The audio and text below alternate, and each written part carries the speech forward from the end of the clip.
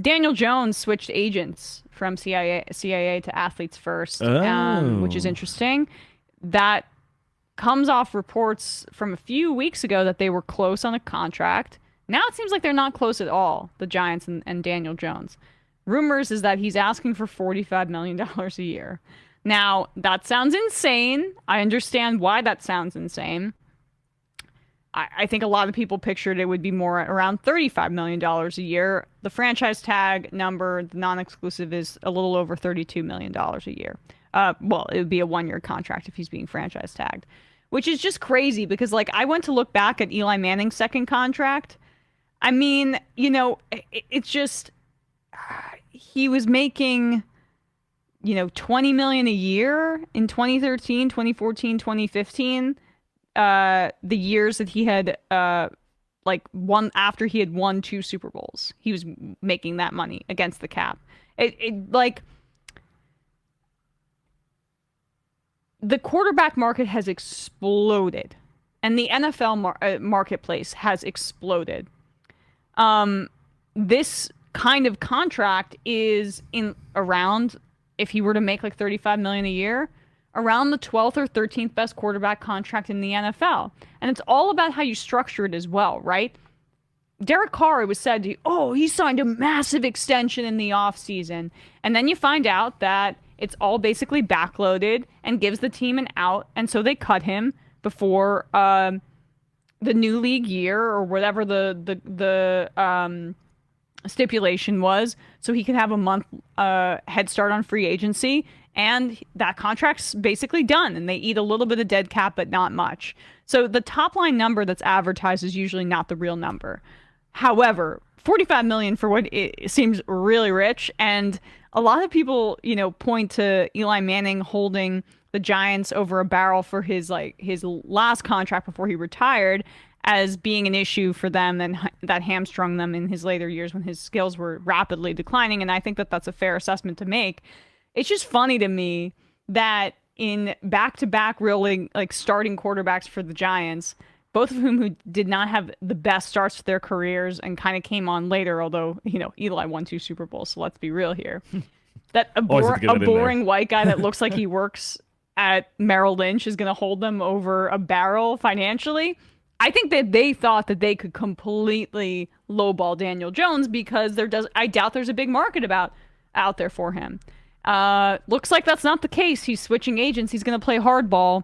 But if that's the case, I don't think Joe Shane, who did not draft him, is going to engage with him to the same degree that maybe his new agent, more aggressive agent, and by the way, this is the same agency that signed Dak Prescott to that very, very Prescott-friendly deal with the Cowboys, among others. So this is an interesting situation. March 7th is the franchise tag deadline, and if I were to bet right now, the Giants declined Daniel Jones's fifth-year option. That was, I think, the smart move at the time because they didn't know what they were getting, this regime.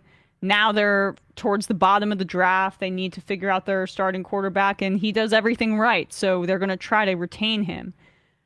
But he better just be careful because if he continues to hold on to like an over $40 million number, they might just franchise tag him. And if he doesn't have a great year next year, then they'll just move on. And point being, though, they have two big contracts that they have to figure out. Who are they going to franchise tag? Daniel Jones at $32 million or Saquon Barkley at, I don't know what the running back figure is. Do you mind looking that up, Bradley? What's the franchise tag number for a running back? Like 10 million, 11 million? To a one. I mean, if I were Saquon, that would piss me off a lot.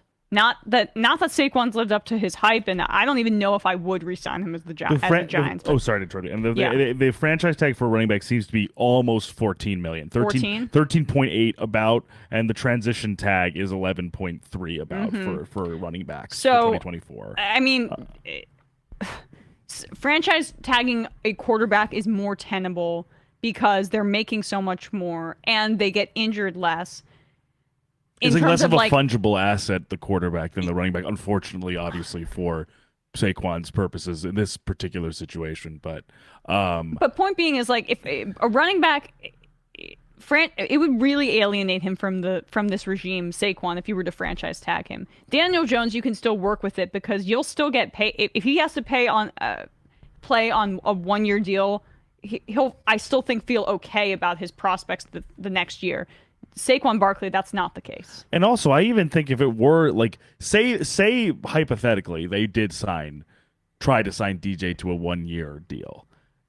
It's still yearly, it would probably be more than the running back franchise tag for Saquon. Oh, 100%. They're not going below the franchise tag number is the base for his salary. So, he's making over 32 million a year, guarantee it no matter who he signs with, and I would say he'll probably end up at like 37 if they do work out a deal. They might tag him and still try to work out a deal, but then that removes that option for them in negotiating with Saquon. Right. So I think with that in mind, that's also my thinking of like, even if necessarily he doesn't get, or the 45 number is not tenable, he is still, especially relative to what expectations might have been for him in terms of performance before the season or going into the season, he is going to be making so much more money, and his prospects long term, I think, are so much brighter than they were before. Yes, that I just kind of think, of course, I'm not a football player, I don't have an agent, I'm not someone negotiating this,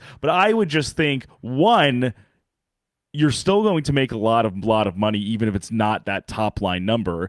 Two, there's a little bit less pressure if you're making less and also not looking or appearing as if you wanted the highest end number before the next season to also prove that you're worth that money to the team, to the fans, to media, whoever. And three, you don't alienate the other really great player on your team who, while definitely less of a high tier or top tier asset just by the way roster construction goes, just one comeback player of the year and is like a he didn't win. But it was Geno Smith won it. He was nominated. Yeah, Saquon should have won. But sorry, I love Geno too. But I just he finished third in comeback player of the year voting. Who even was above McCaffrey, which makes no sense. Got it. It's just, I guess he was injured, but at any rate, even just being in the running because he did return and had such a strong showing and was so integral to the offensive success of this overperforming team. I don't necessarily think that would also be a great idea where you push for that number at kind of the expense of your other really great player in your offense. Yeah. But I mean, that obviously is a pretty benevolent way for me to look at it with no skin in the game, but I think it is getting harder and harder for teams when the quarterback valuation is so saturated. Even because the high end is good. The high end, like Burrow, Mahomes, Allen, we kind of know what stratosphere that is, but it's, I think, a little harder to parse where other quarterbacks who are in the lower tier than that still need to get a long-term or at least an expensive return to, even though they're not Mahomes, they're not Burrow, they're not Allen. But because of those guys representing one end of the spectrum, the middle tier gets raised inevitably. But the cap's going to get raised too. So that's the thing is like Giants fans who are, really up in arms about this, just relax. It's going to be fine. I agree. It'll be okay. The floor will be raised significantly in the sense that like this, in the grand scheme of things, will look like so much less of a concern when there's much more money to play around with. Mahomes is making like $40 million a year.